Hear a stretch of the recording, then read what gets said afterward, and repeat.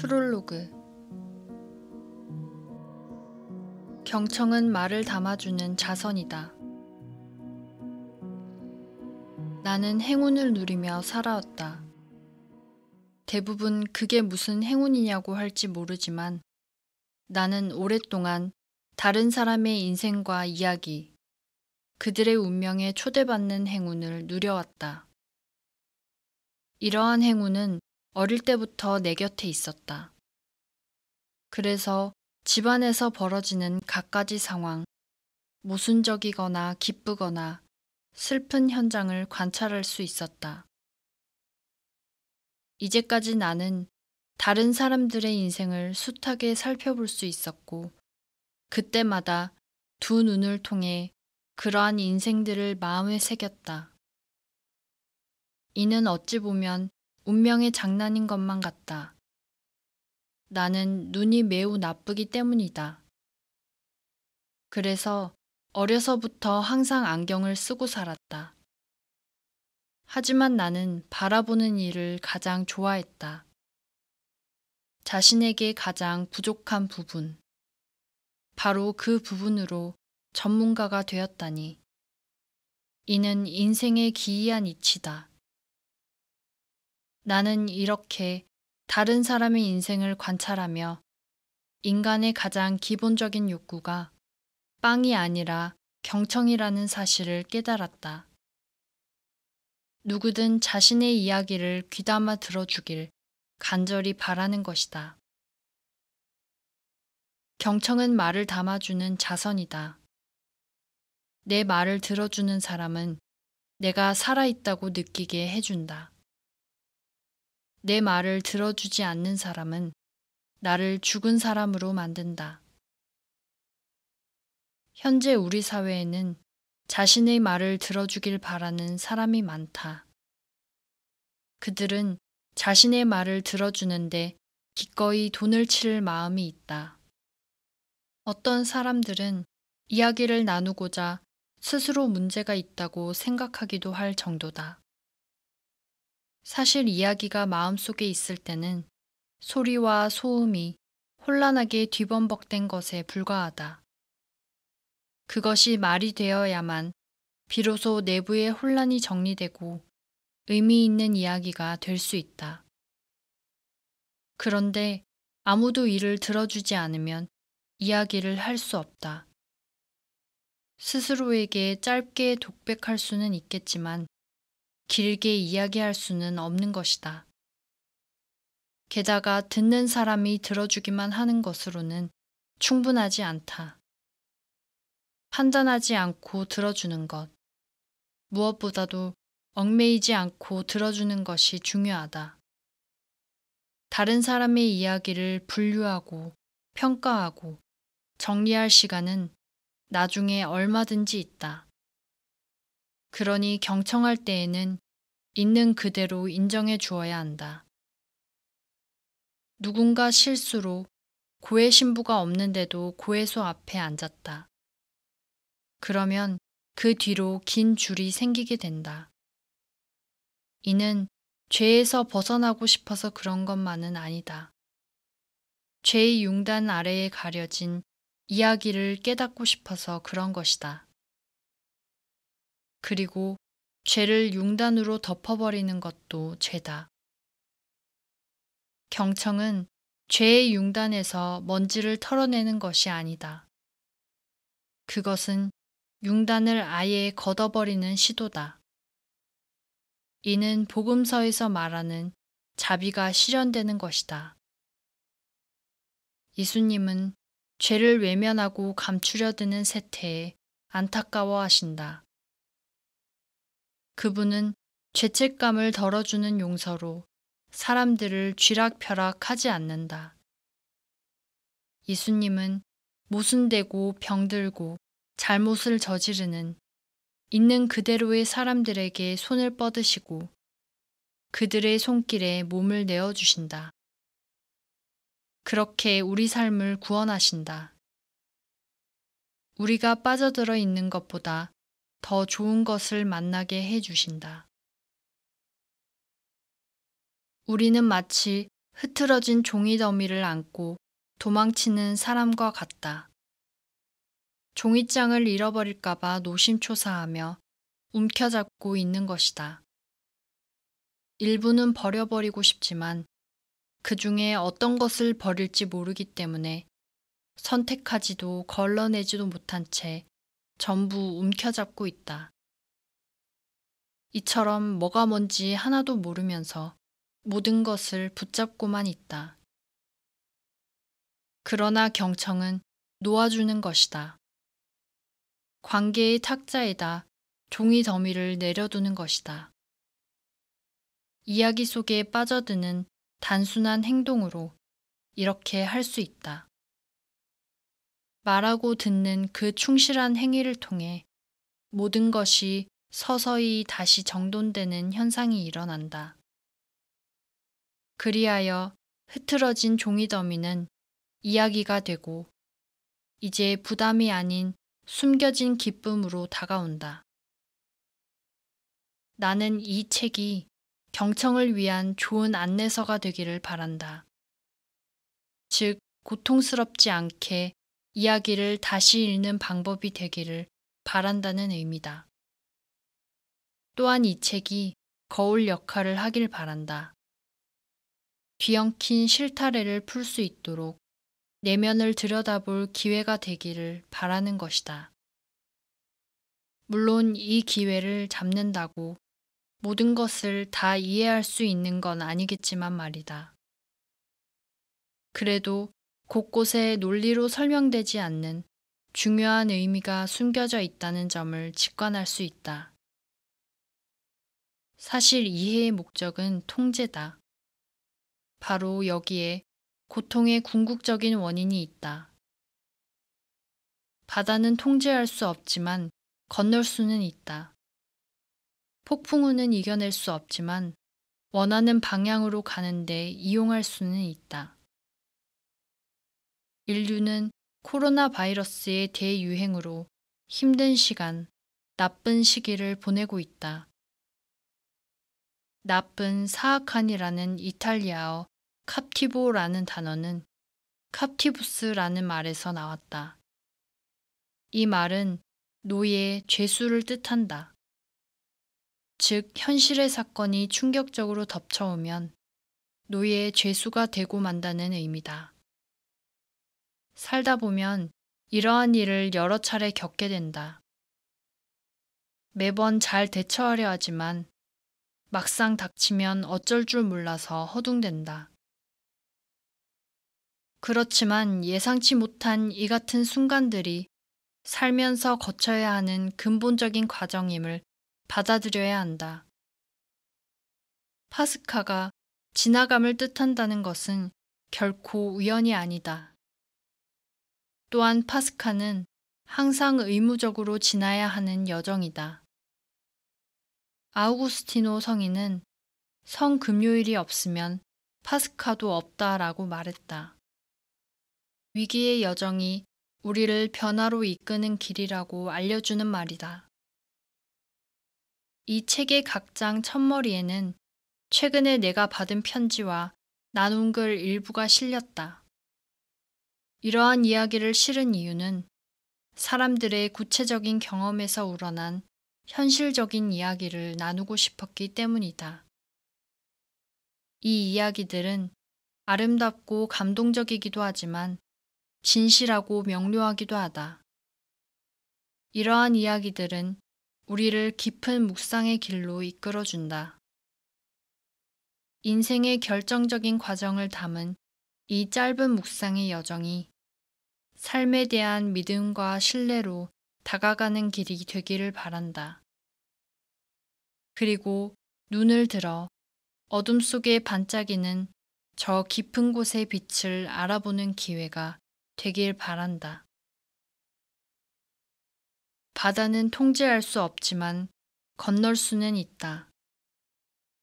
폭풍우는 이겨낼 수 없지만 원하는 방향으로 가는데 이용할 수는 있다.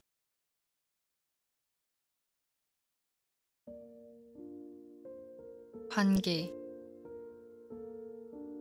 저는 소중한 사람이 그립습니다. 존경하는 신부님, 조언을 구하고자 이 편지를 씁니다.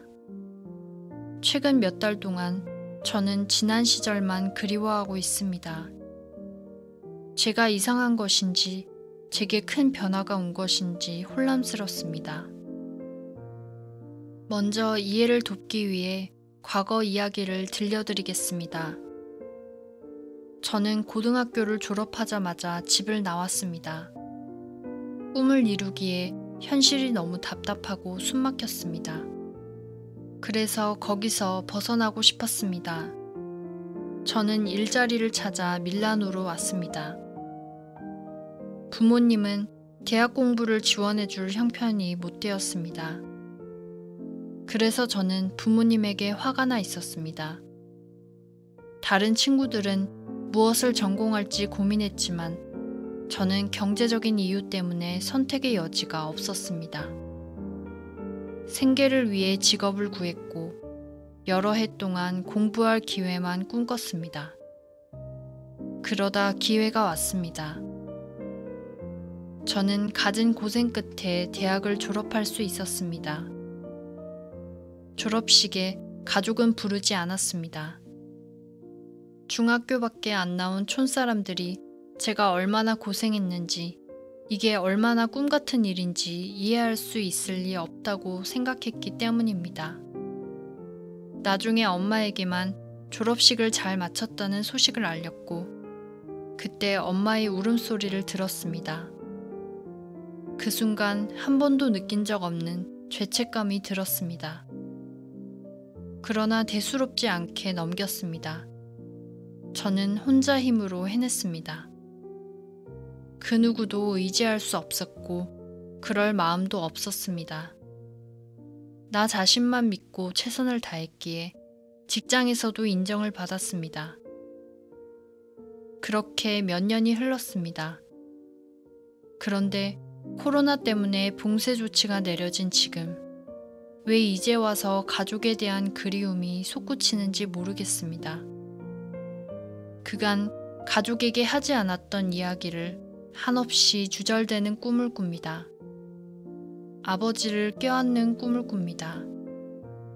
밤에는 잠에서 깨어 어떻게 이처럼 중요한 관계를 등지고 살 수 있었는지 자문해 봅니다. 저는 여태 어떤 상황에서도 가족에게 진정한 친밀감을 느껴본 적이 없었습니다. 그런데 이제는 완전히 다르게 느껴집니다. 마음대로 집 밖을 나가거나 소중한 사람을 만나지 못하는 지금. 그동안 저는 자신에게 엄청난 거짓말을 하며 살아왔다는 사실을 깨닫습니다. 관계가 없는 우리는 누구일까요? 어쩌면 성공을 쫓는 불행한 사람들일 뿐입니다. 이제 저는 제 진심을 똑바로 바라봅니다. 제가 진정으로 누구인지 알고 싶습니다. 그런데 그 답을 구할 수 있게 도와줄 사람들을 거부하고 관계를 끊어버렸습니다. 지금 그들은 수백 킬로미터 떨어진 곳에서 위험에 처해 있습니다. 이대로 제가 죽는다면 성공이 아니라 가족과 함께 있고 싶습니다.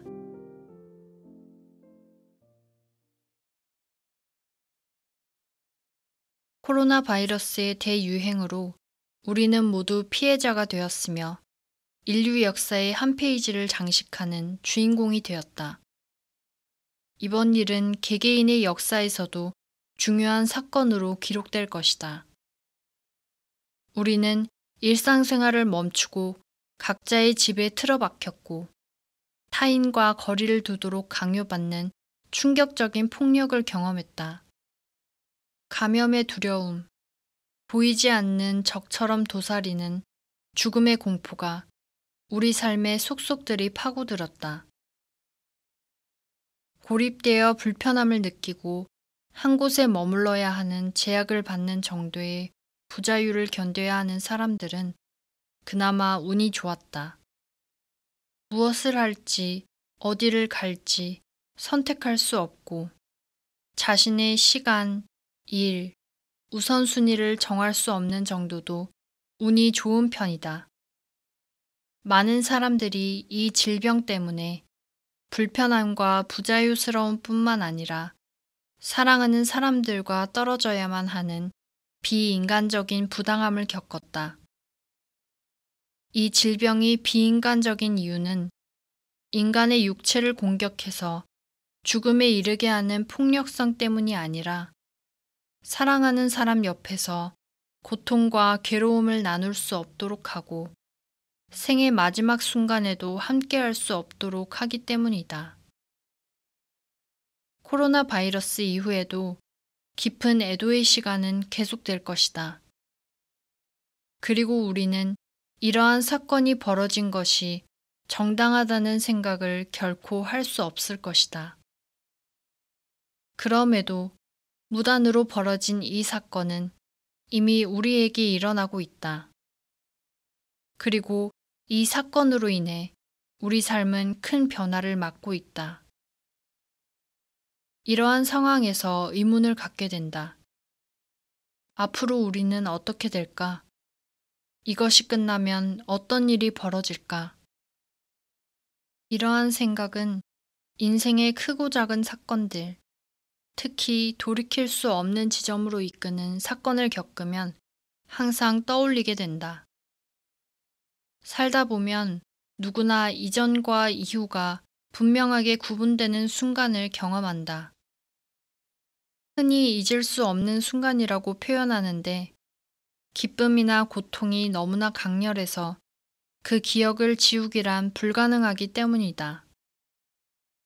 잊을 수 없는 순간은 항상 한 시기의 끝이자 다른 시기의 시작이다. 끝과 시작은 언제나 뒤섞인다.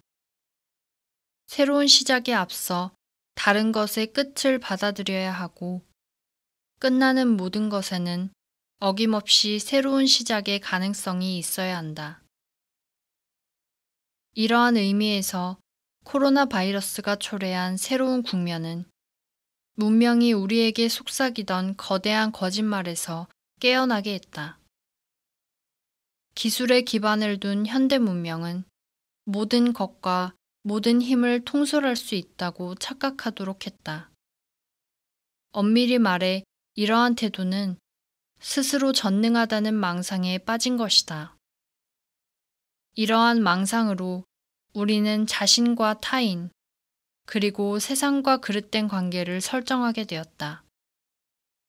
그러나 이제 우리에게 한계가 있다는 현실, 할 수 없는 일이라는 현실과 맞닥뜨렸다. 이렇게 자신의 나약함을 확인하게 되었다. 그러면서 우리는 분명히 더 성장했다. 그렇지만 계획이 송두리째 무산되는 갑작스러운 사건은 언제든 다시 일어날 수 있다. 지금부터 우리는 고통이 불행과 좌절, 체념으로 치닫지 않도록 끊임없이 노력해야 한다.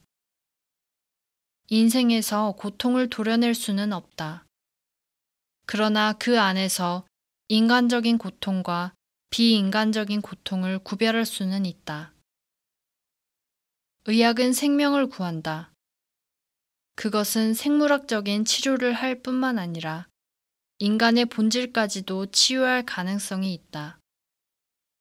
오직 인간만이 의학의 잠재력에 그러한 가능성을 보탤 수 있다. 그러하기에 과학자나 의료진들은 전문적인 능력과 창의력을 발휘하면서도 인류애를 실현하려고 한다. 단순히 육체만 돌보고 치료하는 것이 아니라 기술과 과학으로 채울 수 없는 그 이상의 무엇까지도 이루려 한다. 이것이 그들이 고통과 질병과 위험에 맞서려 하는 이유다. 이처럼 우리가 인류애를 실천할 때 그 이상의 무엇을 이룰 수 있다는 점을 잊어서는 안 된다. 이는 인간 삶의 바탕이 되는 것이다. 따라서 지금 우리가 하는 고찰이 기술과 과학의 영역 너머에 있는 위대한 역량을 키우는 데 도움이 되면 좋겠다. 다들 이러한 역량을 키워 인류애의 적극적인 실천가가 되기를 바란다. 이는 우리에게 가장 절실한 것이다. 사실 코로나 바이러스는 현실을 악화시켰다기보다는 실상을 드러냈다고 할 수 있다. 인간관계보다는 상업적 관계로 구성된 세계화의 한계를 드러냈다. 그리고 인간의 기본적인 욕구, 즉 인간관계를 충족하거나 지원하지 못하는 이익과 소득은 최선의 거래가 아니었음을 깨닫게 했다. 최근 우리는 이번 역경의 교훈을 한마디로 요약한 문장을 여러 곳에서 듣고 있다. 혼자서는 아무도 자신을 구할 수 없다. 성공을 외치는 세상에서, 개인의 자아 실현을 중시하는 문화에서, 연대가 아닌 경쟁의 기반을 둔 사회에서 혼자서는 자신을 구할 수 없다는 교훈을 깨닫는 것은 변화를 앞둔다는 의미다. 그리고 그 변화를 온전히 받아들여야 이번 비극을 극복할 수 있을 것이다. 역사에는 인간관계를 허용하지 않고 자아 실현에만 집중하는 세상이 얼마나 암울한지 보여주는 일화가 있다. 13세기 역사가 살림 베네 디 아담은 초기 인류의 언어를 알아보기 위해 시행한 프리드리히 2세의 유명한 실험을 기록했다. 프리드리히 2세는 신생아들을 격리하고 완전한 침묵 속에서 자라게 했다. 그리고 최소한으로만 위생을 관리하고 영양을 공급했다. 살림베네는 이렇게 자란 아이들이 말을 하지도 못했고 신비스러운 현상을 드러내지도 못했다고 전한다. 그리고 언어와 손길이 부재하자 그들 모두는 목숨을 잃게 되었다고 알린다. 여러 역사가는 이 일화가 신성 로마 제국의 황제 프리드리히 2세를 반대한 구엘피 당의 과장된 선전이라며 비난했다. 그러나 정신분석학자인 르네 스피츠는 보육원 아이들을 지켜보면서 이 연구 결과를 검증해 주었다. 그가 살펴본 90명의 아이는 정기적으로 음식을 먹을 수는 있었지만 사람과 접촉은 거의 없었다. 스피츠는 위생을 관리하고 영양을 공급해 주는 것 외에 부모의 따뜻한 손길과 상호작용이 있을 때 아이들의 생존 가능성이 올라간다는 사실을 확인했다. 신체 접촉이 없는 아이들은 3개월 뒤에 무관심하고 무표정한 상태가 되었으며 성장이 지연되고 눈의 협응력이 저하되는 현상을 보였다. 그들은 요람 안에 움푹 들어가 동면하듯 꼼짝하지 않고 지냈다. 2년 뒤, 이 보육원의 아이들 가운데 40%가 세상을 떠났다. 음식은 제때 공급되었지만 아이들은 영양실조의 전형적 증상인 단백질 결핍증을 앓았다. 대인 접촉이 거의 없는 시설의 구석진 자리에 있던 아이들이 가장 먼저 세상을 떠났다. 게다가 간신히 생존한 아이들도 걷고 말하는 게 부자연스러운 데다 스스로 앉는 것도 힘겨워했다. 이러한 비극적인 일을 관찰한 결과 인간이 생존하는 데에 정서적 관계가 생물학적 욕구만큼이나 중요하다는 사실을 알 수 있다. 그리고 언어와 신체 접촉은 관계가 이루어지는데 가장 중요하고 기본적인 요소다. 오늘날은 교류는 더 빈번하게 일어나고 있지만 진정한 관계는 감소하고 있다. 이러한 까닭에 인간의 삶은 위기를 맞고 있다. 이 위기는 질병이나 외부에서 벌어지는 사건 때문에 발생하는 것이 아니다. 병적인 측면이 세상에 깃들어 완고하게 머무르기 때문에 발생한다. 코로나 바이러스로 인해 강제적으로 격리되고 고립되는 상황은 이러한 우리 현실의 실상을 극명하게 보여준다. 이러한 상황에서 인간관계를 그리워하는 것은 단순히 감정의 문제가 아니다. 이는 현대사회가 풍족한 영양분을 인간에게 제공하지만 본질적인 욕구는 억압한다는 사실을 표명한다. 우리 모두는 관계가 필요하다. 그런데 부분적으로 맺는 관계는 바람직하지 않다. 즉, 우리 사이의 관계만 있어서는 안 된다. 나와 다른 너, 타인과 맺는 관계도 있어야 한다.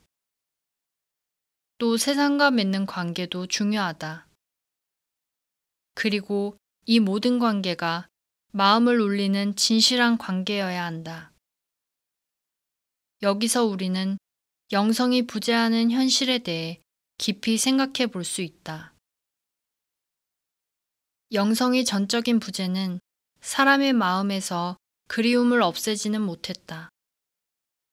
그러나 어쩌면 더 위험한 곳, 즉 단순한 감정의 영역으로 마음을 몰아갔다. 이따금 우리는 마음의 문제를 적당한 감정으로 해결하려 한다. 그래서 사랑과 격정을 혼동하기도 한다.